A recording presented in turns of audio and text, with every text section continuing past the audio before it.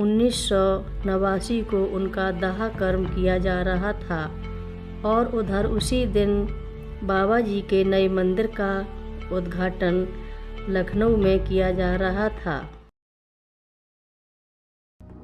नागेन्द्रहाराय त्रिलोचनाय भस्माङ्गरागाय महेश्वराय नित्याय शुद्धाय दिगम्बराय तस्मै नकाराय नमः शिवाय।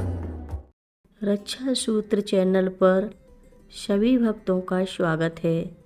हम सभी भक्तों को महाराज जी की अद्भुत पावन कथाएं सुनाने जा रहे हैं। कृपया सभी भक्त ध्यान से सुने। 24 तारीख की रात को मैं लखनऊ पहुंचा। उधर सिद्धि माँ, जो कि उन दिनों इलाहाबाद में गंगा जी के तट पर कुंभ क्षेत्र में थीं, 25 तारीख की सुबह को इलाहाबाद में मेरे चाचा के घर पर होती हुई लखनऊ के लिए चल दी। वो तड़के ही 5 बजे मेरे चाचा के घर पहुंची और मेरी चाची से बोली कि संकष्ट चतुर्थी की पूजा अभी कर दे। यद्यपि विधान तो पूजा को देर से संध्या के समय करने का है। ये वो ही दिन है जिसके लिए बाबा जी मेरी माँ को व्रत रखने के लिए कहा करते थे। मेरे चाचा ने कहा कि पूजा तो शाम को होनी है, पर माँ ने आग्रह किया कि मैं चाहती हूँ कि पूजा सुबह में ही कर दी जाए। उसके बाद माँ लखनऊ के लिए चल दी। मैं उनसे सुबह 9 बजे मिला और उसके बाद काम के लिए निकल गया और शाम को मंदिर पहुँच गया। वहाँ पर सिद्धि माँ ने मुझे बताया कि तेरी माँ का शाम को 5 बजे देहांत हो गया है। इस बात को होते हुए 4 घंटे बीत चुके थे और मैं किसी भी हालत में उस रात को अलीगढ़ के लिए रवाना नहीं हो सकता था। दिल्ली जाने वाली या तो सारी गाड़ियाँ तब तक छूट चुकी थीं या मेरे रेलवे स्टेशन पर पहुंचने से पहले ही जा चुकी थीं। सिद्धि माँ मुझे बताने लगी कि कैसे महाराज जी तेरी माँ पर इस बात के लिए जोर दिया करते थे कि वो संकष्ट चतुर्थी का व्रत हमेशा रखे और कैसे आज बाबा जी के इस वाक्य के 30 वर्ष तक व्रत को निभाने के बाद माँ के प्राण इसी दिन छूट गए हैं। माँ ने मुझसे कहा कि तू अभी अलीगढ़ के लिए जा और इस बात पर जोर दिया कि मैं माँ के अंत्येष्टि कर्म के लिए उनके शव को अलीगढ़ से 60 किलोमीटर दूर नरोरा के गंगा तट पर ले जाऊं। मैं जब तक रेलवे स्टेशन पर पहुंचा तब तक उधर को जाने वाली सब गाड़ियां जा चुकी थीं। रेलवे की इंक्वायरी ऑफिस वालों ने बताया कि उधर जाने वाली एक साप्ताहिक गाड़ी है जो सही पर उसमें रिजर्वेशन ज़रूरी होता है और वो पूरी तरह भर चुकी है। बस मैंने मन ही मन ये ठान लिया कि मुझे तो इसी गाड़ी से जाना है।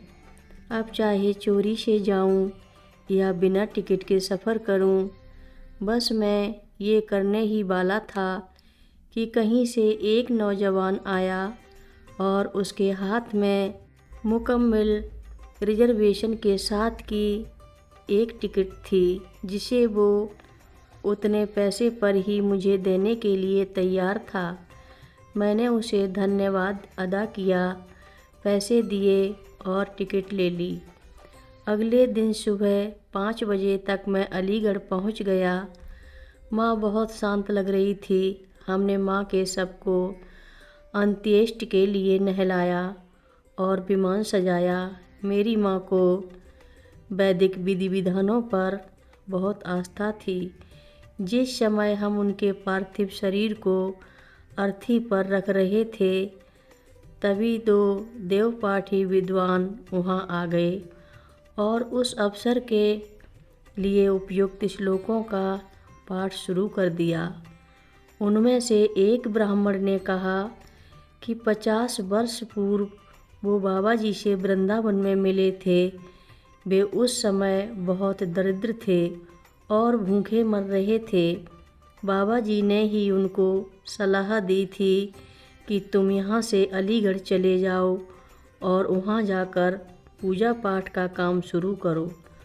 वो अब पूरी तरह से समृद्ध था। उसका अपना घर था, खुद की सवारी थी और खेतीबाड़ी भी थी।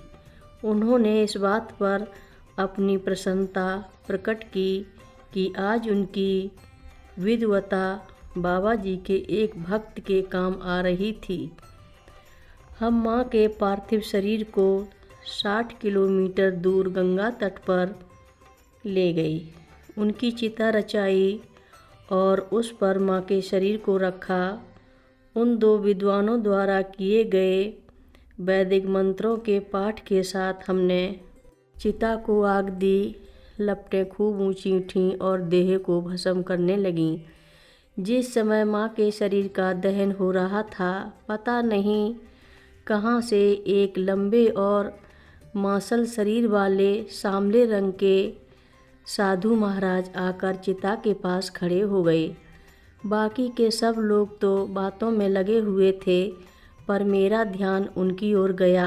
उन्होंने चिता के 3 फेरे लिए और 3 बार बहुत अच्छी गति हुई है, यह वाक्य कहा। मैंने साधु महात्मा से पूछा कि आप कहाँ रहते हैं, तो उन्होंने कहा कि मैं यहीं रहता हूँ। इसके आगे मैंने बात को नहीं बढ़ाया और चुप रहा। मैंने थोड़ी देर के लिए अपना ध्यान वहाँ से हटा लिया और बाद में देखा कि वो साधु महाराज गायब हो गए थे। गंगा का तट बहुत सपाट था, तो मैंने देखा केवल उनकी पीठ को करीब आधे किलोमीटर दूरी पर गन्ने के खेतों में खोते हुए।